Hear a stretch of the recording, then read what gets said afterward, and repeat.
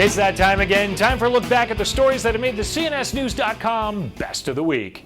We start with a look back at what certain Democratic leaders believe was the most catastrophic war of the 20th century. And of course, in Iraq, clearly one of the unintended consequences surely would have been renewed conflict between the Sunni and Shia. And yet we went in head first. Perhaps the most catastrophic war of the 20th century, invasion by the United States of America. The world wars, but of course the Iraq War wasn't even until the 21st century. So Delegate Eleanor Holmes Norton making those comments during the House Oversight Committee hearing on Benghazi on Thursday.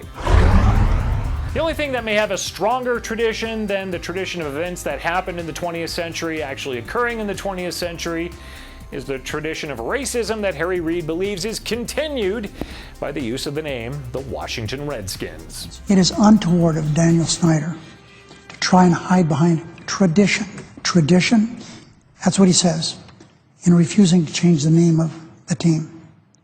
Madam President, tradition, what tradition? A tradition of racism is all that name leaves in his wake. Reid on the Senate floor Wednesday asking the NFL to force Redskins owner Daniel Snyder to change the name of the team. Now, one thing many people are asking to have changes to is the tax system. Senator Reid didn't really talk about that. But now we'll go from federal government to state governments and see who has the highest state income tax rate. And the winner is California with 13.3%. Hawaii, Oregon, and Minnesota round out the top four.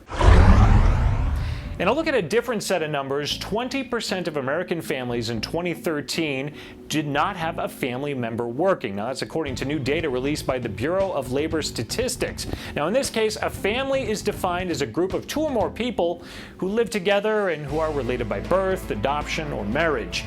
Now, it is important to note that an elderly couple in which both a man and woman are retired would also count as a family in which no one held a job. Overall, the final number is over 16 million American families in which no one held jobs in 2013. That's not the highest number. That occurred in 2011, when 20.2% of families in America had no one that had a job. Check out these stories and more on CNSnews.com. Let's depart on a high note with a look at the singing nun. She's holding her own and winning a showdown on the Italian version of the television show The Voice. Have a great weekend, everyone.